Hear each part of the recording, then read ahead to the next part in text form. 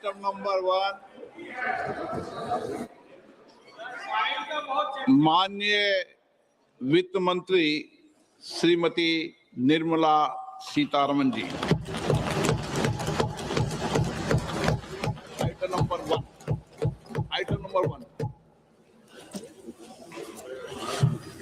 Sir, with your permission, I rise to lay on the table a copy each of the following papers, Hindi and English versions, under Article 281 of the Constitution, Report for 2026 to 2031, Volume 1, Main Report of the 16th Finance Commission. 2. Report for 2026-2031, Volume 2, Annexures of the 16th Finance Commission. Number 3, explanatory memorandum as to the action taken on the recommendations contained in the above report.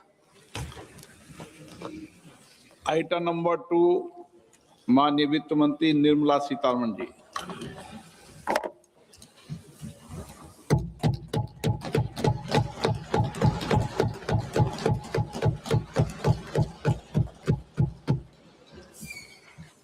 Honorable Speaker, sir, on the sacred occasion of Magh Purnima and the birth anniversary of Guru Ravidas, I present the budget for the year 2026-2027. Since we assumed office 12 years ago, India's economic trajectory has been marked by stability, fiscal discipline, sustained growth, and moderate inflation. This is the result of conscious choices we have made, even in times heightened uncertainty and disruption. Our government, led by Honorable Prime Minister Modi, has decisively and consistently chosen action over ambivalence, reform over rhetoric, and people over populism. We have pursued far-reaching structural reforms, fiscal prudence and monetary stability, whilst maintaining a strong thrust on public investment. Keeping Atmanirbharta as a lodestar, we have built domestic manufacturing capacity, energy security, and reduced critical import dependencies. Simultaneously, we have ensured that citizens benefit from every action of the government, undertaking reforms to support employment generation, agricultural productivity, household purchasing power, and universal services to people. These measures have delivered a high growth rate of around 7% and helped us make substantial strides in poverty reduction and improvement in the lives of our people. Today, we face an external environment in which trade and multilateralism are imperiled and access to resources and supply chains are disrupted. New technologies are transforming production systems while sharply increasing demands on water, energy, and critical minerals. India will continue to take confident steps towards Viksit Bharat, balancing ambition with inclusion. As a growing economy with expanding trade and capital needs, India must also remain deeply integrated with global markets, exporting more and attracting stable long-term investment. As I begin Part A, I want to express my gratitude to the people for standing firmly with us as we forge our way together towards becoming one of the largest economies of the world.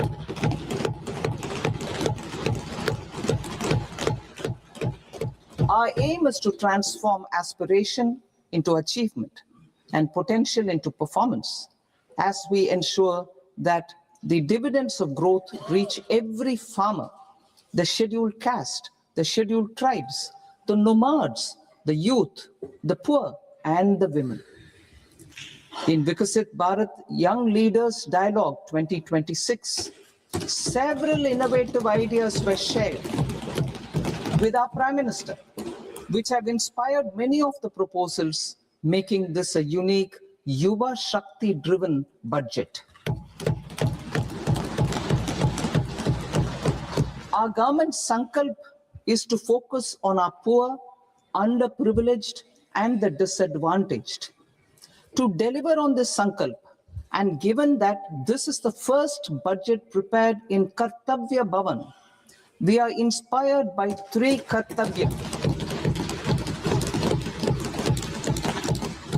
Our first Kartavya is to accelerate and sustain economic growth by enhancing productivity and competitiveness and building resilience to volatile global dynamics. Our second Kartavya is to fulfill aspirations of our people and build their capacity, making them strong partners in India's path to prosperity. Our third Kartavya, aligned with our vision of Sabka Saath, Sabka Vikas, is to ensure that every family, community, region, and sector has access to resources, amenities, and opportunities for meaningful participation. This threefold approach requires a supportive ecosystem. The first requirement is to sustain the momentum of structural reforms, continuous, adaptive, and forward-looking. Second, a robust and resilient financial sector is central to mobilizing savings, allocating capital efficiently, and managing risks. Third, cutting-edge technologies, including AI applications, can serve us as force multipliers for better governance. Reform Express. Our government has undertaken comprehensive reforms towards creating employment, boosting productivity, and accelerating growth. After the Prime Minister's announcement on Independence Day in 2025, over 350 reforms have been rolled out. This includes GST simplification, notification of labor codes, and rationalization of mandatory quality control orders. High-level committees have been formed, and in parallel, the central government is working with the state governments on deregulation and reducing compliance requirements. The Reform Express is well on its way and will maintain its momentum to help us fulfill our Kartavya. I now move to specific proposals. Under our first Kartavya, to accelerate and sustain economic growth, I propose interventions in 6 areas. 1. Scaling up manufacturing in 7 strategic and frontier sectors. 2. Rejuvenating legacy industrial sectors. 3. Creating champion MSMEs. 4. Delivering a powerful push for infrastructure. 5. Ensuring long-term security and stability. And 6. Developing city economic regions.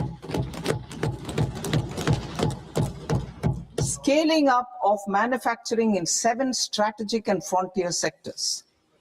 Biopharma Shakti, meaning biopharma strategy for health advancement through knowledge, technology, and innovation.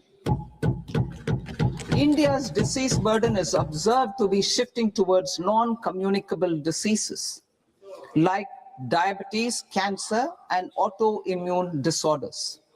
Biologic medicines are key to longevity and quality of life at affordable costs. To develop India as a global biopharma manufacturing hub,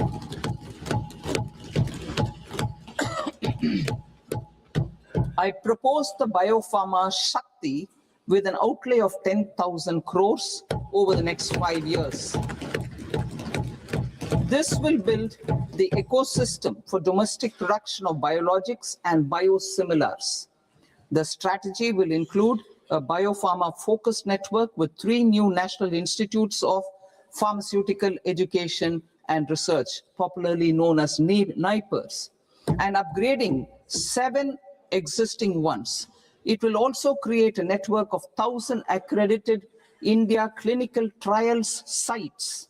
We propose to strengthen the Central Drug Standard Control Organization to meet global standards and approve timeframes through and approval timeframes through a dedicated scientific review cadre and specialists.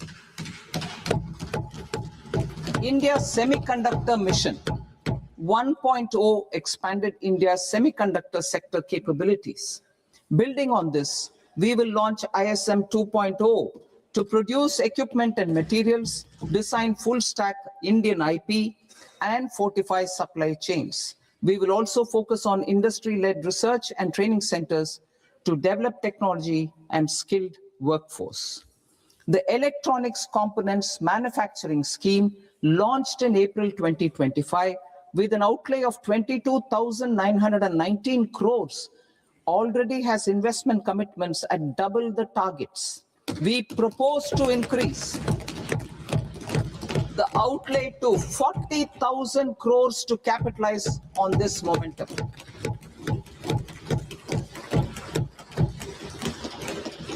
A scheme for rare earth permanent magnets was launched in 2025 November. We now propose to support the mineral-rich states of Odisha, Kerala, Andhra Pradesh, and Tamil Nadu to establish dedicated rare earth corridors to promote mining, processing, research, and manufacturing.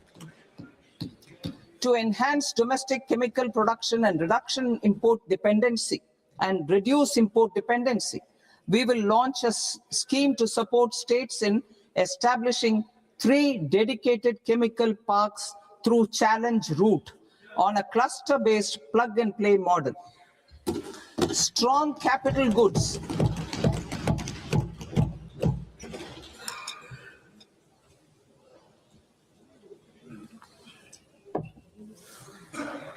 Strong capital goods capability is a determinant of productivity and quality across different sectors. Towards building this capacity, I propose the following. High-tech tool rooms will be established by central public sector enterprises at 2 locations as digitally enabled automated service bureaus that locally design, test, and manufacture high-precision components at scale and at lower cost. 2, a scheme for enhancement of construction and infrastructure equipments will be introduced to strengthen domestic manufacturing of high value and technologically advanced CIE. This can range from lifts in a multi-storied apartment or firefighting equipment in multiplexes, large or small, and to tunnel boring equipments for building metros and high-altitude roads. I also propose a scheme for container manufacturing to create a globally competitive container manufacturing ecosystem with a budgetary allocation of 10,000 crores over a 5-year period. For the labor-intensive textile sector, I propose an integrated program with 5 subparts. 1, the National Fiber Scheme for self-reliance in natural fibers, such as silk, wool, and jute, man-made fibers, and new age fibers. Textile expansion and employment scheme to modernize traditional clusters with capital support for machinery, technology upgradation, and common testing and certification centers. 3, the National Handloom and Handicraft Program to integrate and strengthen existing schemes and ensure targeted support for weavers and artisans. Tex Eco Initiative to promote globally competitive and sustainable textiles and apparels. Samarth 2.0 to modernize the upgrade the textile skilling ecosystem through collaboration with industry and academic institutions. Further, I propose to set up mega textile parks in challenge mode. They can also focus on bringing value addition to technical textiles. I propose to launch the Mahatma Gandhi Gram Swaraj initiative to strengthen khadi, handloom, and handicrafts. This will help in global market linkage and branding. It will streamline and support training, skilling, quality of process, and production. This will benefit our weavers, village industries, one district, one product, ODOP initiative, and also our rural youth. India has the potential to emerge as a global hub for high quality, affordable sports goods. I propose a dedicated initiative for sports goods that will promote manufacturing, research, and innovation in equipment design, as well as material sciences. Rejuvenation of legacy industrial clusters. I propose to introduce a scheme to revive 200 legacy industrial clusters to improve their cost competitiveness and efficiency through infrastructure and technology upgradation. Creating champion SMEs and supporting micro enterprises. Recognizing MSMEs as a vital engine of growth, I propose a three-pronged approach to help them grow as champions. Equity support. I propose to introduce a dedicated 10,000 crores SME growth fund to create future champions, incentivizing enterprises based on select criteria. I also propose to top up the Self-Reliant India Fund set up in 2021 with 2,000 crores to continue support to micro enterprises and maintain their access to risk capital. Liquidity support. With TREDS, more than 7 lakh crore has been made available to MSMEs. To leverage its full potential, I propose 4 measures. 1, mandate TREDS as the transaction settlement platform for all purchases from MSMEs by CPSEs, serving as a benchmark for other corporates. 2, introduce a credit guarantee support mechanism through CGTMSE for invoice discounting on TREDS platform. 3, link GEM with TREDS for sharing information with financiers about government purchases from MSMEs, encouraging cheaper and quicker financing. 4, introduce TREDS receivables as asset-backed securities, helping develop a secondary market, enhancing liquidity and settlement of transactions. Professional support. Government will facilitate professional institutions such as the ICAI, ICSI, ICMAI to design short-term modular courses and practical tools to develop a cadre of corporate mitras, especially in Tier 2 and Tier 3 towns. These accredited para-professionals will help MSMEs meet compliance requirements at affordable costs. Infrastructure. During this past decade, our government has undertaken several initiatives for large-scale enhancement of public infrastructure, including through new financing instruments such as Infrastructure Investment Trust (InvITs) and Real Estate Investment Trust (REITs), and institutions like NIIF and NABFID. We shall continue to focus on developing infrastructure in cities with over 5 lakh population, that is Tier 2, Tier 3 cities, which have expanded to become growth centers. Public capital expenditure has increased manifold from 2 lakh crore in 2014-15 to an allocation of 11.2 lakh crore in BE 25-26. In this coming year, that is financial year 2026-27, I propose to increase it to 12.2 lakh crores to continue the momentum.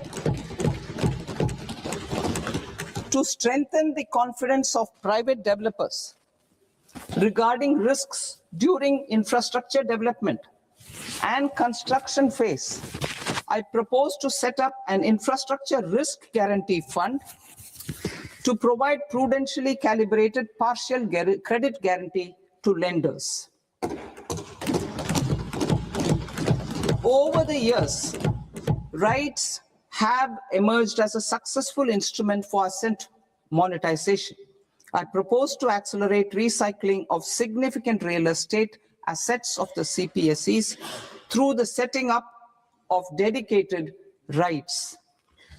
To promote environmentally sustainable movement of cargo, I propose to 1. Establish new dedicated freight corridors connecting Dankuni in the east to Surat in the west.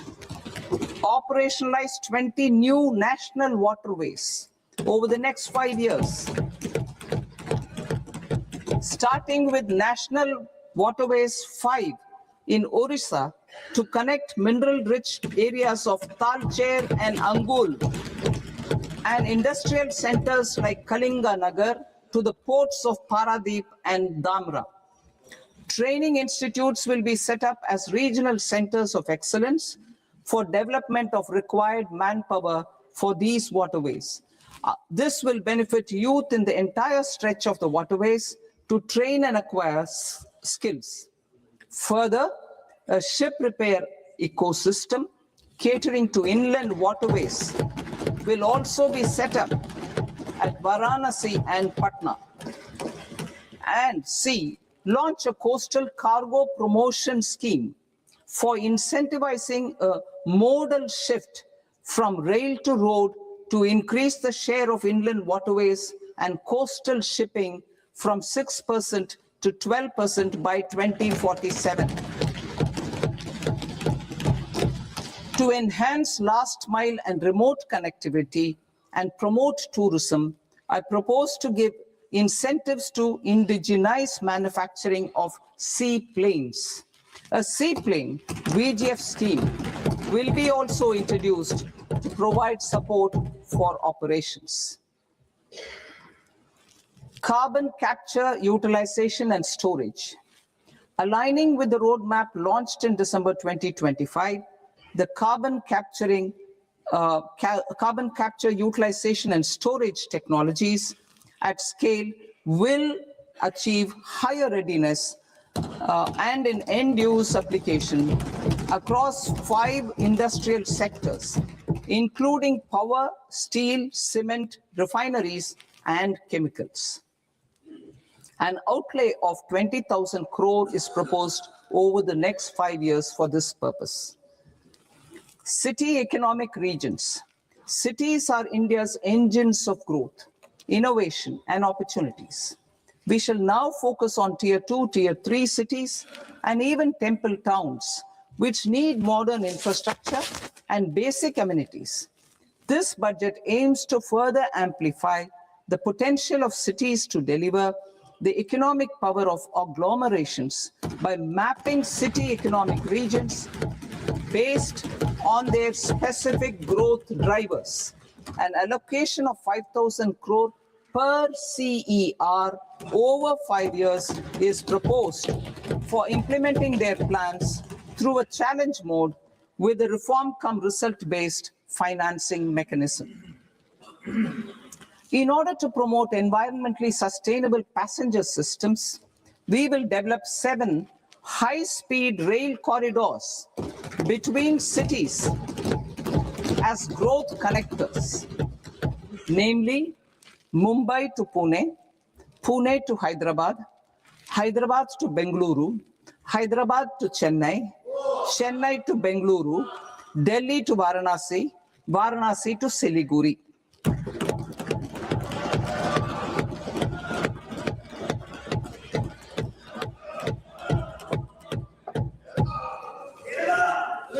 Financial sector. The Indian banking sector today is characterized by strong balance sheet, historic highs in profitability, improved asset quality, and coverage exceeding 98% of villages in the country.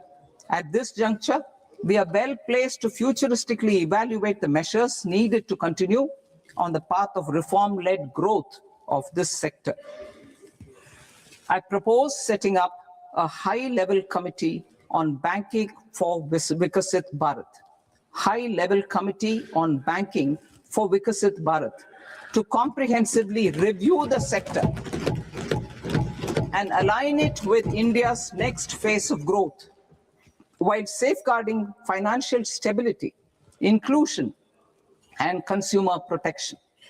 The vision for NBFCs for Vikasit Bharat has been outlined with clear targets for credit disbursement and technology adoption in order to achieve scale and improve efficiency in the public sector NBFCs.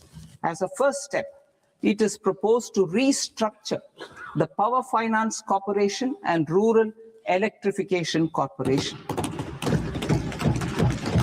I propose a comprehensive review of the foreign exchange management non-debt instruments rules to create a more contemporary, user-friendly framework for foreign investments consistent with India's evolving economic priorities.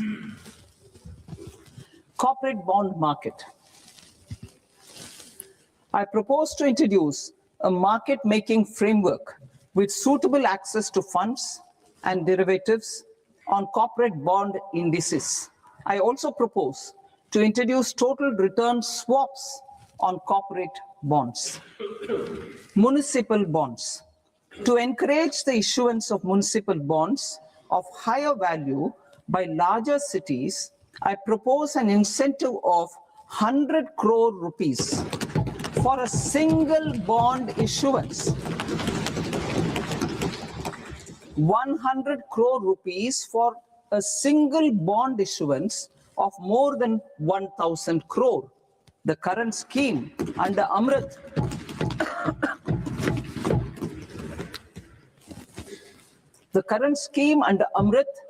which incentivizes issuances up to 200 crores only, will also continue to support smaller and medium towns.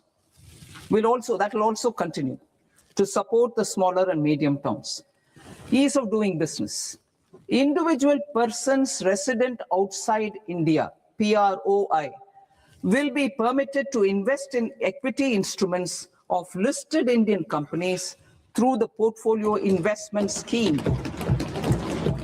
It is also proposed to increase the investment limit for an individual PROI under the scheme from 5% to 10%, with an overall investment limit for all individual PROIs to 24% from the current 10%. Emerging technologies including AI. 21st century is technology driven. Adoption of technology is for the benefit of all people. Farmers in the field, women in STEM, youth keen to upskill, and Divyangjan to access newer opportunities. The government has taken several steps to support new technologies through AI Mission, National Quantum Mission, Anusandhan National Research Fund, and Research and Development and Innovation Fund. Our second kartavya is to fulfill aspirations and build capacities. Close to 25 crore individuals have come out of multi-dimensional poverty through a decade of our government's sustained and reform-oriented efforts.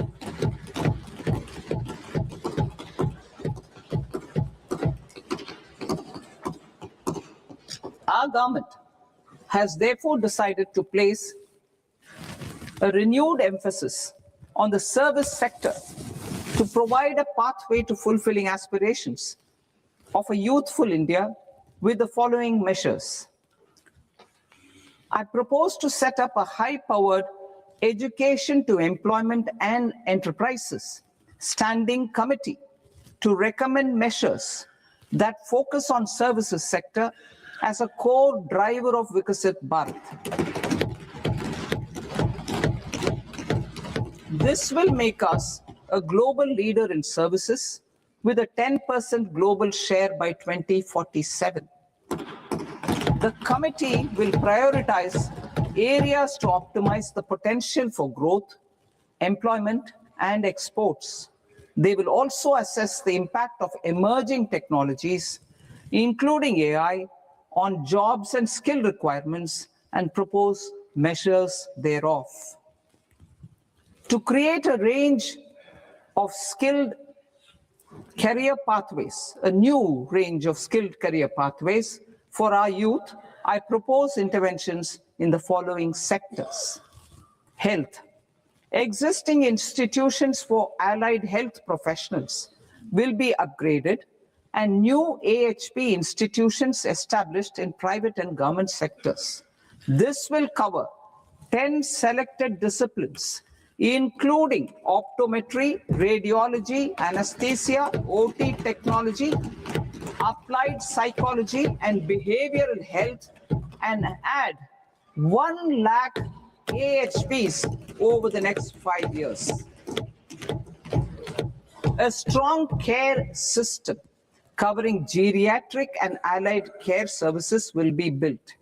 A variety of NSQF-aligned programs will be developed to train multi-skilled caregivers, combining core care and allied skills such as wellness, yoga, and operation of medical assistive devices. In the coming year, 1.5 lakh caregivers will be trained.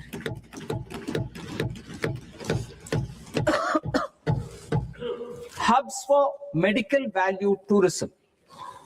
To promote India as a hub for medical tourism services, I propose to launch a scheme to support states in establishing 5 regional medical hubs in partnership with the private sector.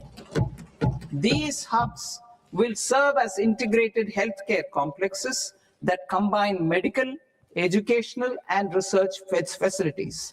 They will have Ayush centers, medical value tourism facilitation centers, and infrastructure for diagnostics, post-care, and rehabilitation. These hubs will provide diverse opportunities, job opportunities for health professionals, including doctors and AHPs. Ancient Indian yoga, already respected in several parts of the world, was given a mass global recognition when Honorable Prime Minister took it to the UN. Post-COVID, Ayurveda gained a similar global acceptance and recognition. Exporting quality Ayurveda products helps farmers who grow the herbs and youth who process the products. To meet growing global demand, a few more steps are being taken. I propose to 1. Set up 3 new All India Institutes of Ayurveda. 2. Upgrade Ayush pharmacies and drug testing labs for higher standards of certification ecosystem and make available more skilled personnel. 3. Upgrade the WHO Global Traditional Medicine Center in Jamnagar to bolster evidence-based research, training, and awareness for traditional medicine. Animal husbandry. Livestock contributes to close to 16% of farm income, including of poor and marginal households.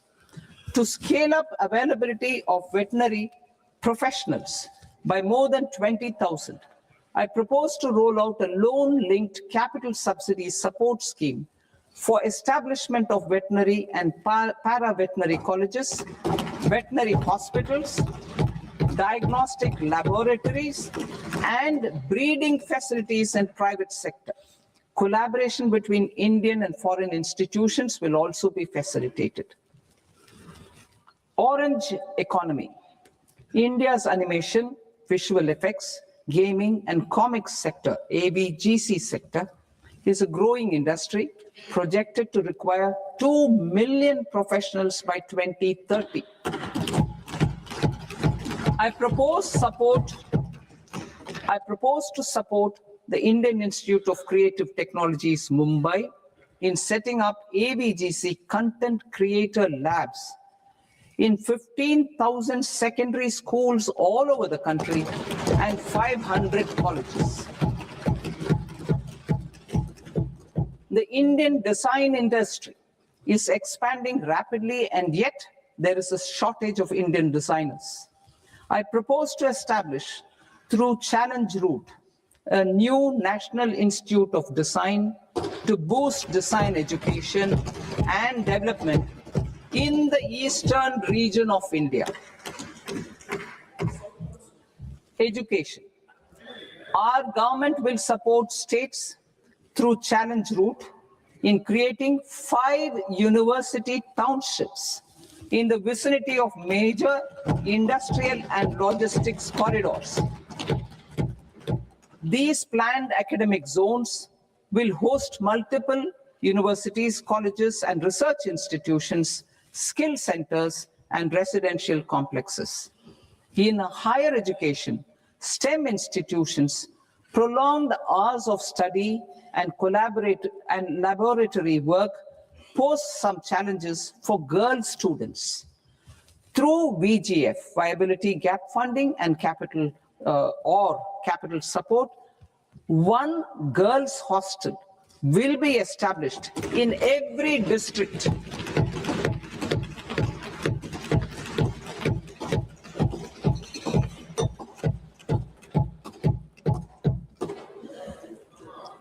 To promote astrophysics and astronomy via immersive experiences.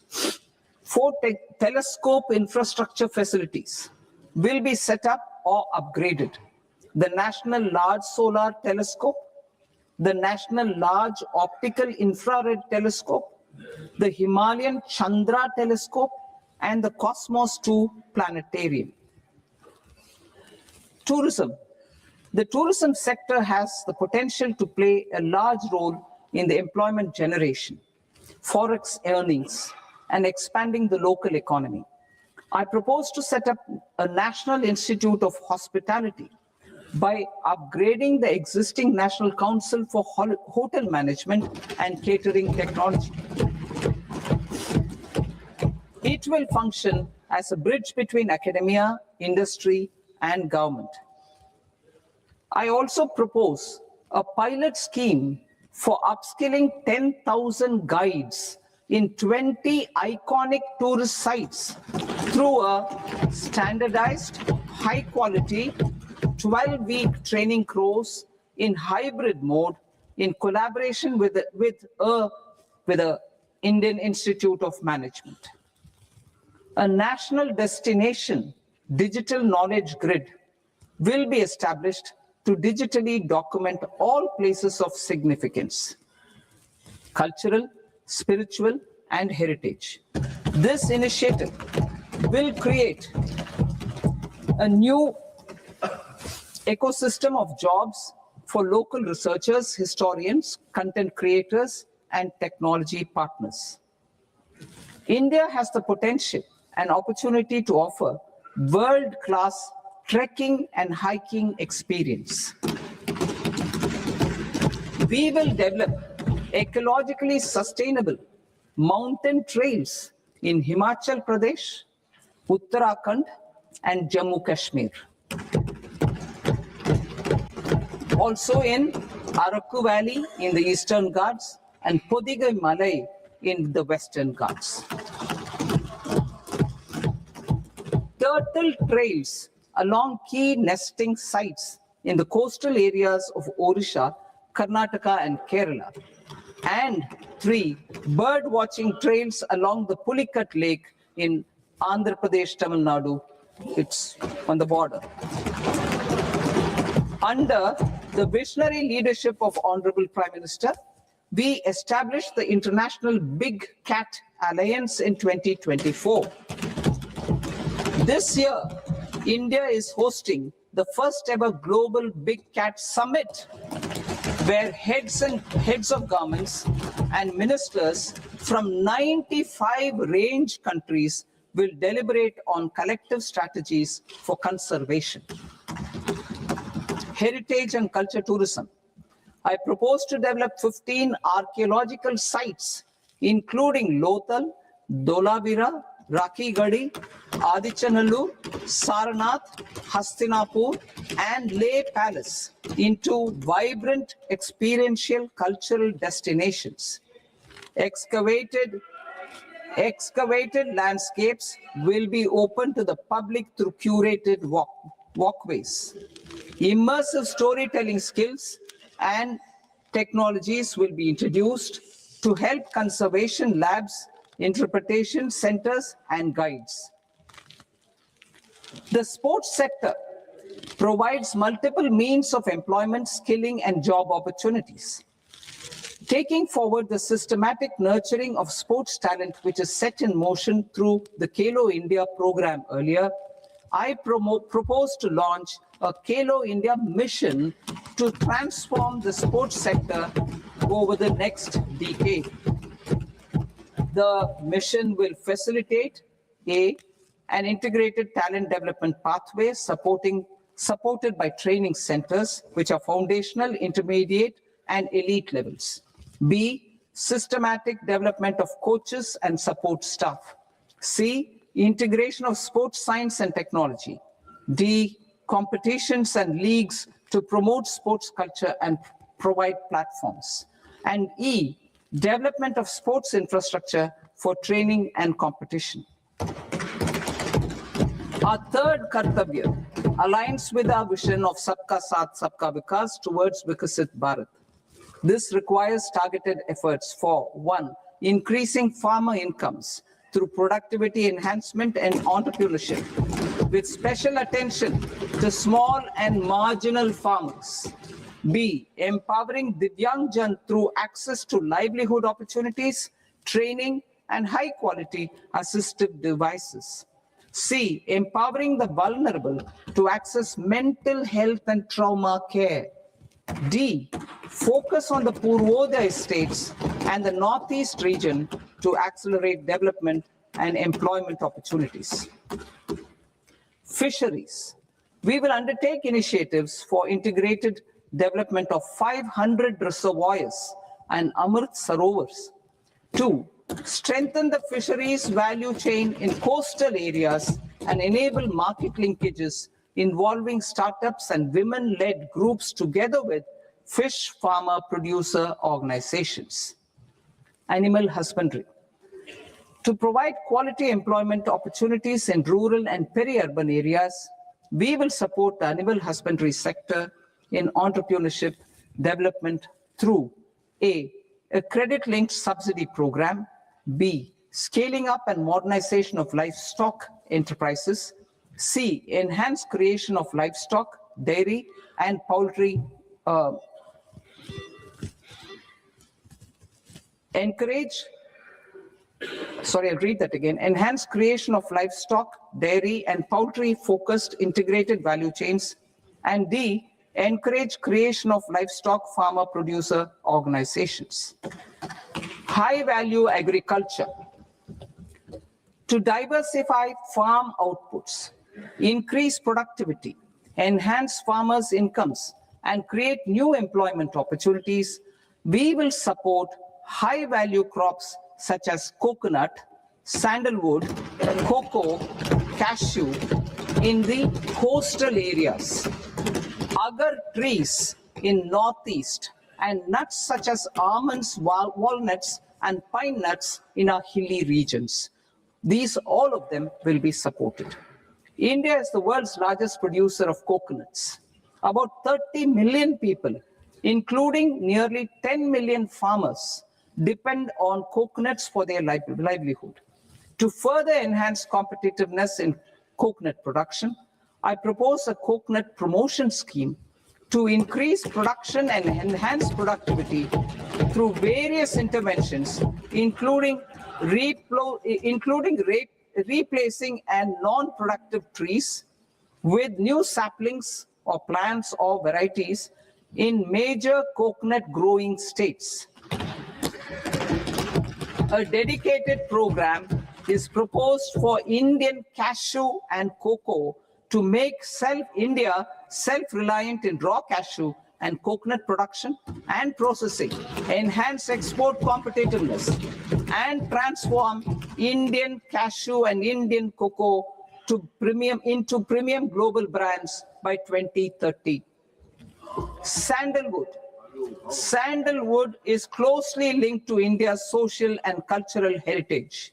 Our government will partner with state governments to promote focused cultivation and post-harvest processing to restore the glory of the Indian sandalwood ecosystem, to rejuvenate old, low-yielding orchards, and expand high-density cultivation of walnuts, almonds, and pine nuts. We will support a dedicated program to enhance farmer incomes and in bringing value addition by engaging youth. Bharat Vistar, that is virtually integrated system to access agricultural resources. I propose to launch Bharat Vistar, a multilingual AI tool that shall integrate the AgriStack portals and the ICAR package on agricultural practices with AI systems. This will enhance farm productivity, enable better decisions for farmers, and reduce risk by providing customized advisory support. She Marts for rural women-led enterprises. Building on the success of Lakpati Didi program, I propose to help women take the next step from credit-linked livelihoods to being owners of enterprises. Self-help entrepreneur, She Marts will be set up as community-owned retail outlets within the cluster-level federations through enhanced and innovative financing instruments. Empowering Divyangjan. Divyangjan Kaushal Yojana. Information technology, AVGC sectors, hospitality and food and beverages sectors often offer task-oriented and process-driven roles which are suitable for Divyangjan. We will ensure dignified livelihood opportunities through industry-relevant and customized training specific to each Divyangjan group. Divyang Sahara Yojana. Timely access to high-quality assistive devices for all eligible Divyangjan is a fundamental need.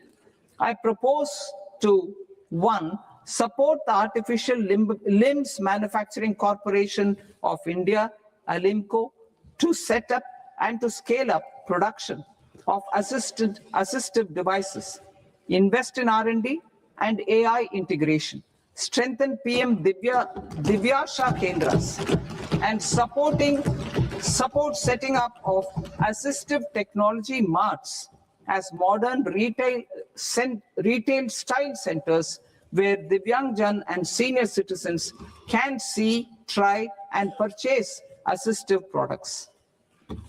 Reaffirming our commitment to mental health and trauma care. There are no national institutes for mental health care in North India.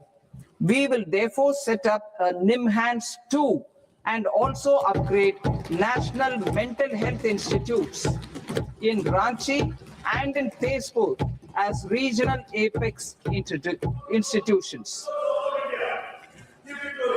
Emergencies expose families, particularly the poor and vulnerable, to unexpected expenditure.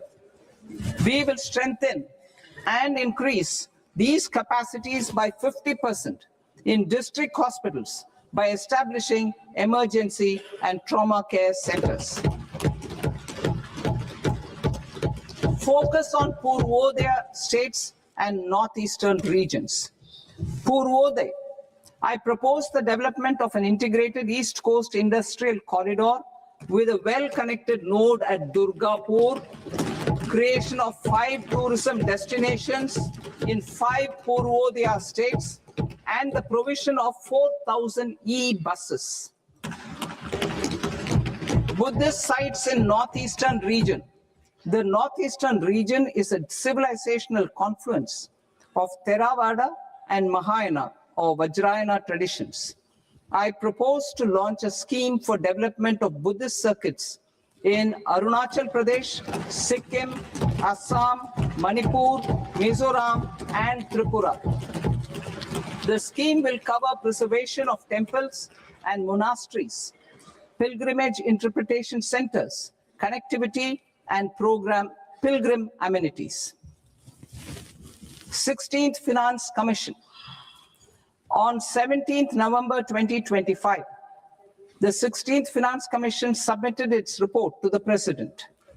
As mandated under Article 281 of the Constitution, the government is to lay the report along with the explanatory memorandum on the action taken report on the recommendations of the Commission in Parliament, which, Sir, Honorable Speaker, you've allowed me to do at the commencement of this session. The government has accepted the recommendation of the Commission to retain the vertical share of devolution at 41%. As recommended by the Commission, I have provided 1.4 lakh crores of rupees to the states for the year 2026-2027 as Finance Commission grants. These include rural and urban local body and disaster management grants. Fiscal consolidation. Government has been delivering on our fiscal commitments consistently without compromising on social needs.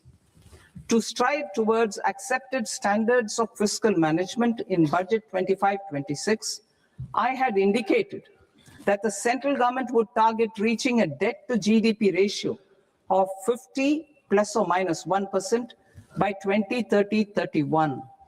In line with this, the debt to GDP ratio is estimated to be 55.6% of GDP in BE 26-27, compared to 56.1% of GDP in RE 25-26. A declining debt to GDP ratio will gradually free up resources for priority sector lending and expenditure by reducing the outgo on interest payments. One of the main operational instruments for debt targeting is the fiscal deficit. I'm happy to inform this August House that I fulfilled my commitment made in 2021-2022 to reduce fiscal deficit below 4.5% of GDP by 25-26. In RE 25-26, the fiscal deficit has been estimated at par with BE of 2025-26 at 4.4% of GDP. In line with the new fiscal prudence path of debt consolidation, the fiscal deficit in BE 26-27 is estimated to be 4.3% of the GDP.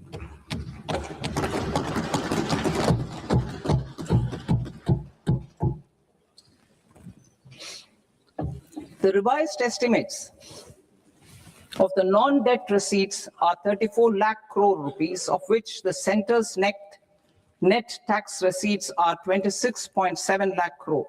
The revised estimate of the total expenditure is 49.6 lakh crore rupees, of which the capital expenditure is about 11 lakh crores. Budget estimates 2026 to 2027.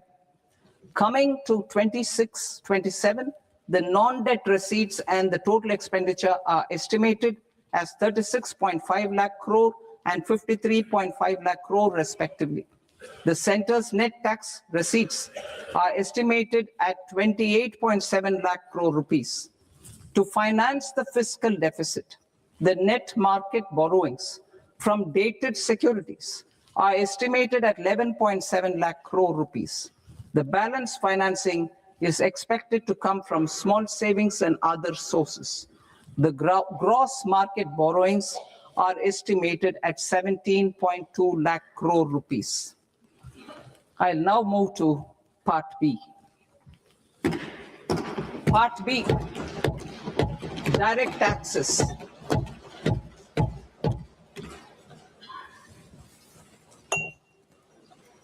Honorable Speaker, sir, I now present my proposals on direct taxes. New Income Tax Act. In July 2024, I announced a comprehensive review of the Income Tax Act 1961. This was completed in a record time, and the Income Tax Act 2025 will come into effect from 1st April 2026. The simplified income tax rules and forms will be notified shortly, giving adequate time to taxpayers to acquaint themselves with its requirements. The forms have been redesigned such that ordinary citizens can comply without difficulty. Ease of living. I propose that any interest awarded by the Motor Accident Claims Tribunal to a natural person will be exempt from income tax, and any TDS on this account will be done away with. I propose to reduce TCS rate on the sale of overseas tour program package from the current 5% and 20% to 2% without any stipulation of amount. I propose to reduce TCS rate for pursuing education and for medical purposes under the Liberalized Remittance Scheme, popularly known as LRS, from 5% to 2%. Supply of manpower services is proposed to be specifically brought within the ambit of payment to contractors for the purpose of TDS to avoid ambiguity. Thus, TDS on these services will be at the rate of either 1% or 2% only. I propose a scheme for small taxpayers, wherein a rule-based automated process will enable obtaining a lower or nil deduction certificate instead of filing an application with the assessing officer. For the ease of taxpayer holding securities in multiple companies, I propose to enable depositories to accept Form 15G or Form 15H from the investor and provide it directly to various relevant companies. I propose to extend time available for revising returns from 31st December to up to 31st March with the payment of a nominal fee. I also propose to stagger the timeline for filing of tax returns. Individuals with ITR 1 and ITR 2 returns will continue to file till 31st July, and non-audit business cases or trusts are proposed to be allowed time till 31st August. TDS on sale of immovable property by a non-resident is proposed to be deducted and deposited through resident buyers and his or her PAN-based challan instead of requiring a TAN, which is a temporary accounting number. To address practical issues of small taxpayers like students, young professionals, tech employees, relocated NRIs, and such others, I propose to introduce a one-time 6-month foreign asset disclosure scheme for these taxpayers to disclose income or assets below a certain size. This scheme would be applicable for two categories of taxpayers, namely, A, who did not disclose their overseas income or assets, and B, who disclose their overseas income and or paid due tax but could not declare the asset acquired. For category A, the limit of undisclosed income or asset is proposed to be up to 1 crore rupees. They need to pay 30% of fair market value of asset or 30% of undisclosed income as tax and 30% as additional income tax in lieu of penalty and would thereby get immunity from prosecution. For category B, asset value is proposed to be up to 5 crore rupees. Here, immunity from both penalty and prosecution will be available with a payment of fee of 1 lakh rupees. Rationalizing penalty and prosecution. Multiplicity of proceedings are hindrance to the ease of doing business. I propose to integrate assessment and penalty proceedings by way of a common order for both. There will be no interest liability on the taxpayer on the penalty amount for the period of appeal before the first appellate authority, irrespective of the outcome of appeal process. Further, quantum of prepayment is being reduced from 20% to 10% and will continue to be calculated only on core tax demand. As an additional measure for reducing litigation, I propose to allow taxpayers to update their returns even after reassessment proceedings have been initiated, and an additional 10% tax rate over and above the rate applicable for the relevant year. The assessing officer will then use only this updated return in his proceedings. There is already a framework for immunity from penalty and prosecution in the cases of underreporting. I propose to apply this framework for immunity to misreporting too. However, in such a case, the taxpayer will need to pay 100% of the tax amount as an additional income tax over and above the tax and interest due. Penalties for certain technical defaults, such as failure to get accounts audited, non-furnishing of transfer pricing audit report, and default in furnishing statement for financial transactions are proposed to be converted into fee.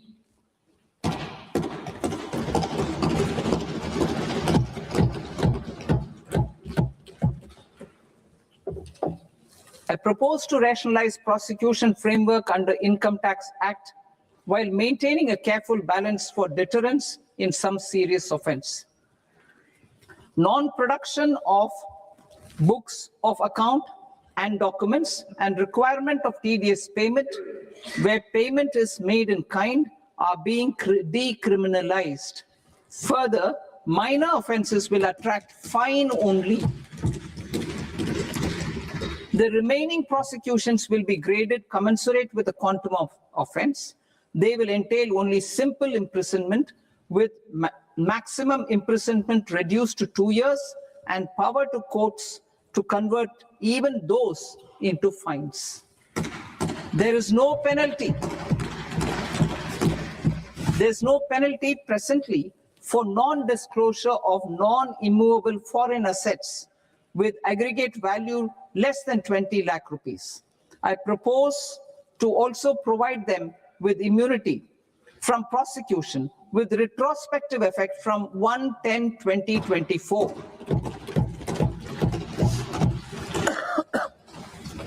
Cooperatives.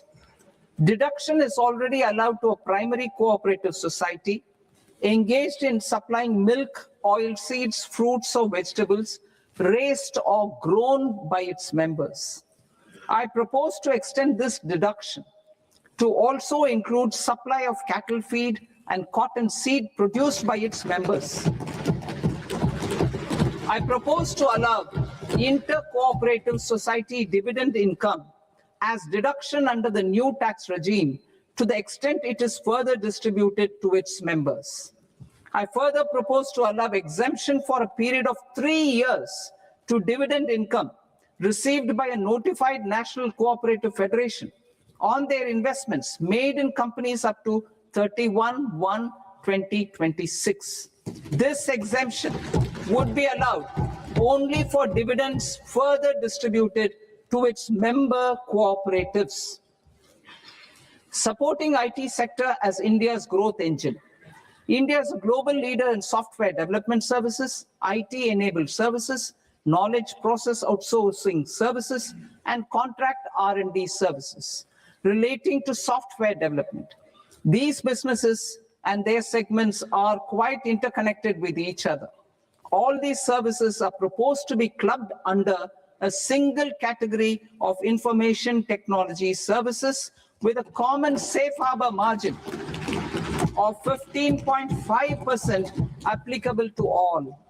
The threshold for availing safe harbor for IT services is being enhanced substantially from 300 crore rupees to 2,000 crore rupees. Safe harbor for IT services shall be approved by an automated rule-driven process without any need for tax officer to examine and accept the application. Once applied by an IT services company, the same safe harbor can be continued for a period of 5 years at a stretch at its choice. For IT services companies who want to conclude advanced pricing agreement, APA, I propose to fast-track unilateral APA process for IT services and endeavor to conclude it within a period of 2 years. The period of 2 years can be extended by a further period of 6 months on taxpayers' request. I propose to extend the facility of modified returns available to the entity entering APA to its associated entities also. Attracting global business and investment. Recognizing the need to enable critical infrastructure and boost investment in data centers, I propose to provide tax holiday till 2047 to any foreign company that provides cloud services to customers globally by using data center services from India. It will, however, need to provide services to Indian customers through an Indian reseller entity. I also propose to provide a safe harbor of 15% on cost in case the company providing data center services from India is a related entity. To harness the efficiency of just-in-time logistics for electronic manufacturing, I propose to provide safe harbor to non-residents for component warehousing in a bonded warehouse at a profit margin of 2% of the invoice value. The resultant tax of about 0.7% will be much lower than in competing jurisdictions. To provide fillip to toll manufacturing in India, I propose to provide exemption from income tax for 5 years to any non-resident who provides capital goods, equipment, or tooling to any toll manufacturer in a bonded zone. To encourage vast pool of global talent to work in India for a longer period of time, I propose to provide exemption to global, non-India sourced income of a non-resident expert for a stay period of 5 years under notified schemes. I propose to provide exemption from minimum alternate tax, the MAT, to all non-residents who pay tax on presumptive basis. Tax administration. I propose to constitute a joint committee of Ministry of Corporate Affairs and Central Board of Direct Taxes for incorporating the requirements of income computation and disclosure standards, the ICDS, in the Indian Accounting Standards, IND AS itself. Separate accounting requirement based on ICDS will be done away with from the tax year 27-28. To support Prime Minister Modi's vision of homegrown accounting and advisory firms to become global leaders, I propose to rationalize the definition of accountant for the purposes of safe harbor rules. Other tax proposals. Change in taxation of buyback was brought in to address the improper use of buyback route by promoters. In the interest of minority shareholders, I propose to tax buyback for all types of shareholders as capital gains. However, to disincentivize misuse of tax arbitrage, promoters will pay an additional buyback tax. This will make effective tax 22% for corporate promoters. For non-corporate promoters, the effective tax will be 30%. TCS rate for sellers of specific goods, namely alcoholic liquor, scrap, and minerals, will be rationalized to 2%, and that on Tendu leaves will be reduced from 5% to 2%. I propose to raise the STT on futures to 0.05% from the present 0.02%. STT on options premium and exercise of options are both proposed to be raised to 0.15% from the present rate of 0.1% and 0.125% respectively. We reformed the taxation landscape for corporates in 2019 by providing them a simplified regime with lower tax rate so that they could productively focus on business rather than on claim of deductions and exemptions. To encourage companies to shift to the new regime, set off of brought forward MAT credit, minimum alternate tax credit, is proposed to be allowed to companies only in the new regime. Set off using available MAT credit is proposed to be allowed to an extent of 1/4 of the tax liability in the new regime. MAT is proposed to be made final tax, so there will be no further credit accumulation from 1st April 2026.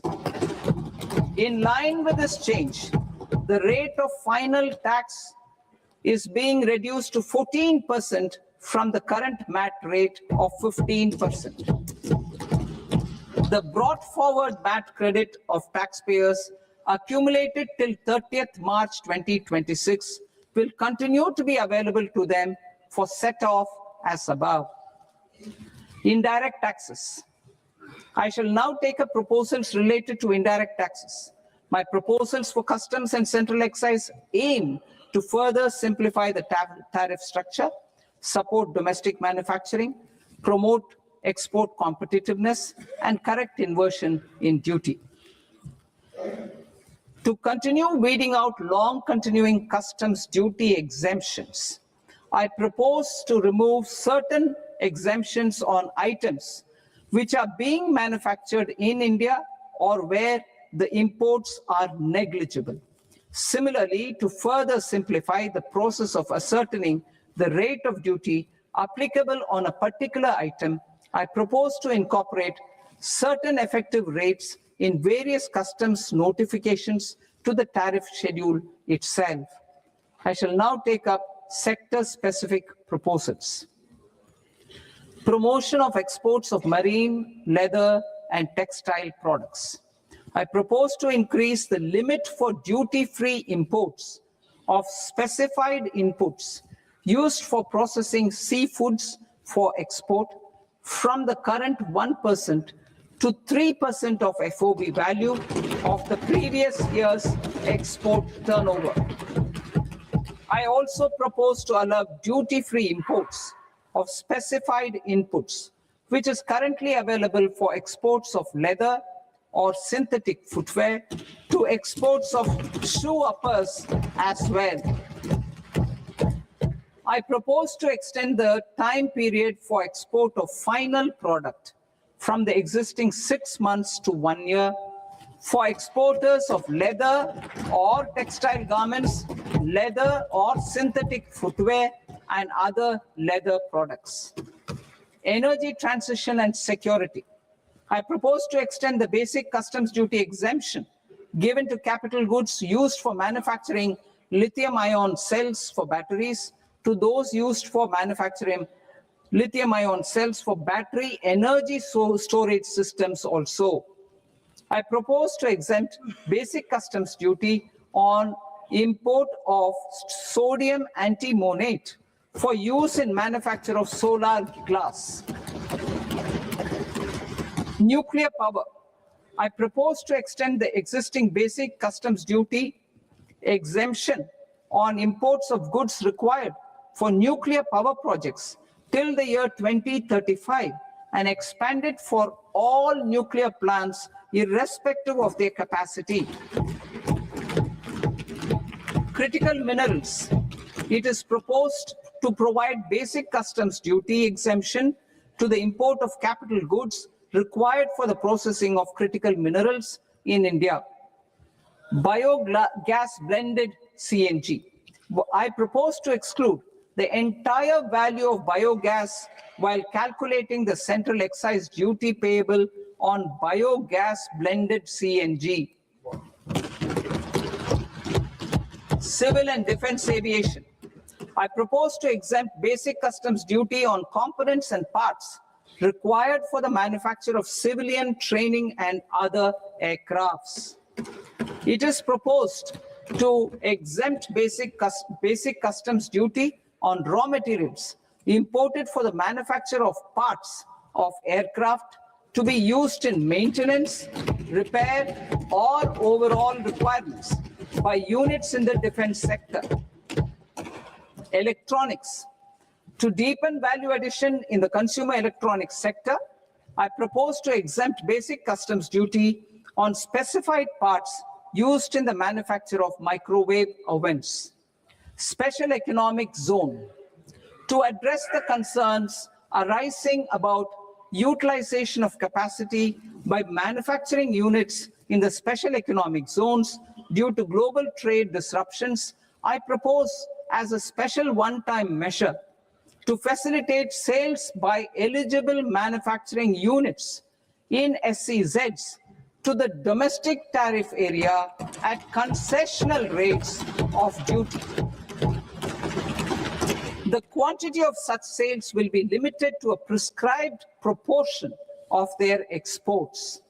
Necessary regulatory changes will be undertaken to operationalize the measures while ensuring level playing field for the units working in the DTA. Ease of living.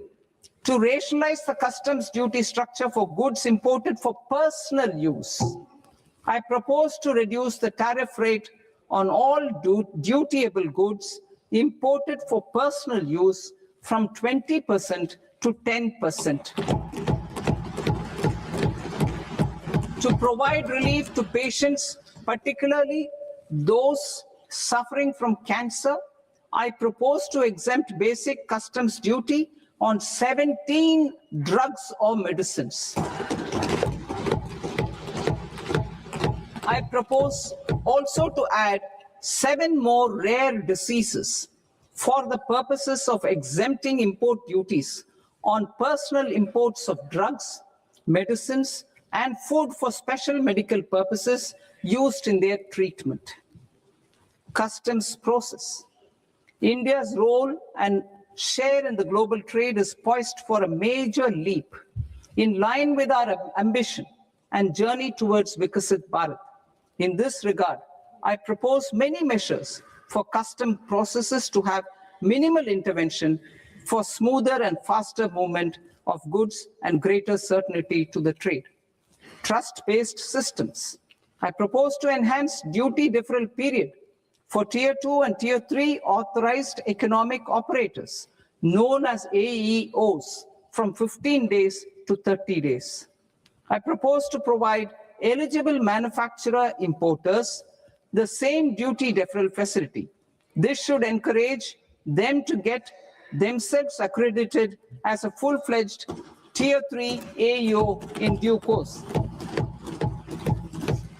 To To provide greater certainty and for better business planning, I propose to extend validity period of advance ruling binding on customs from the present 3 years to 5 years. In the spirit of the whole of government approach,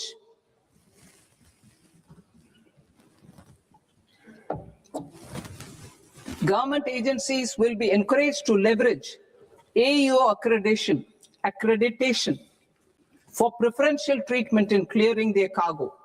Regular importers with trusted long-standing supply chains will be recognized in the risk system so that the need for verification of their cargo every time can be minimized. Export cargo using electronic sealing. Export cargo using electronic sealing will be provided through clearance from the factory premises to the ship. For import of goods not needing any compliance, filing of bill of entry by a trusted importer and arrival of goods will automatically notify customs for completing their clearance formalities. This will enable goods to be released immediately on arrival. The customs warehouse framework will be transformed into a warehouse operator-centric system with a self-declarations, electronic tracking, and risk-based audit.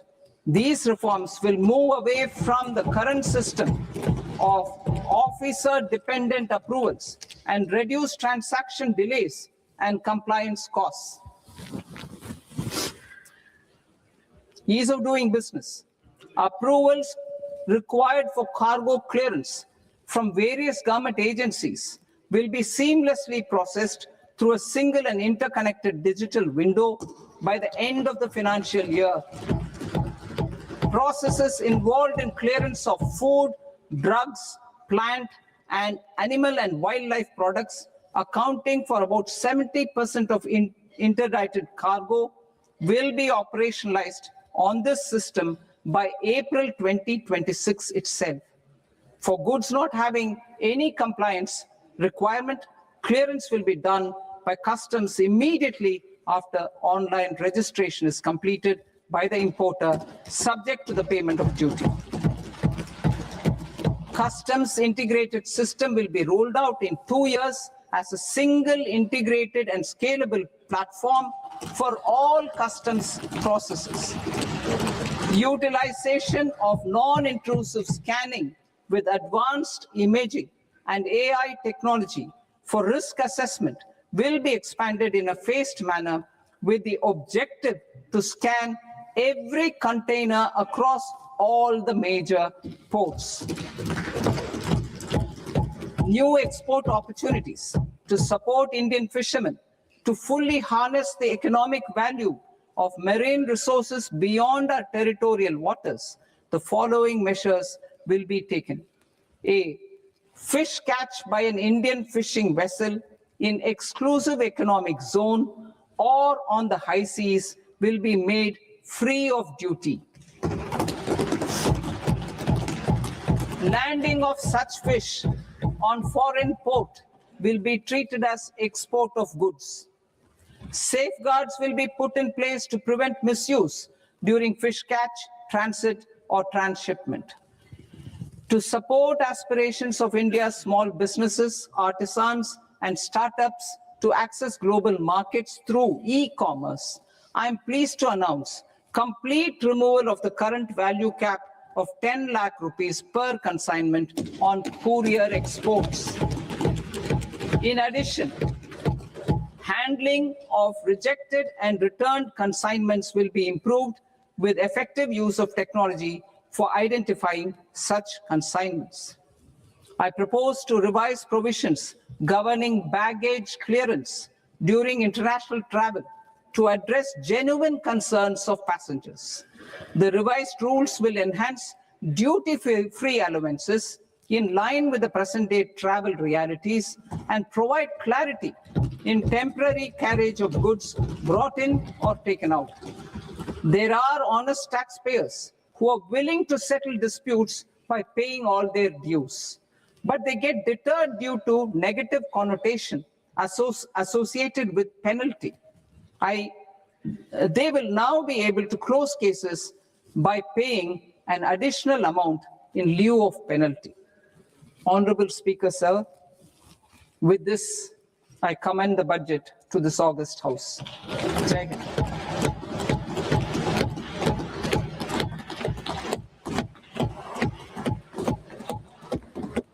One and a half hours. Item number 3 माननीय वित्त मंत्री जी।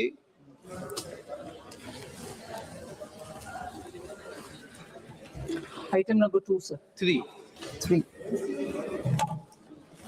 Sir, with your permission, I rise to lay on the table of the following statements under Section 3, 1 of the Fiscal Responsibility and Budget Management Act of 2003, medium-term fiscal policy cum fiscal policy strategy statement, and macroeconomic framework statement.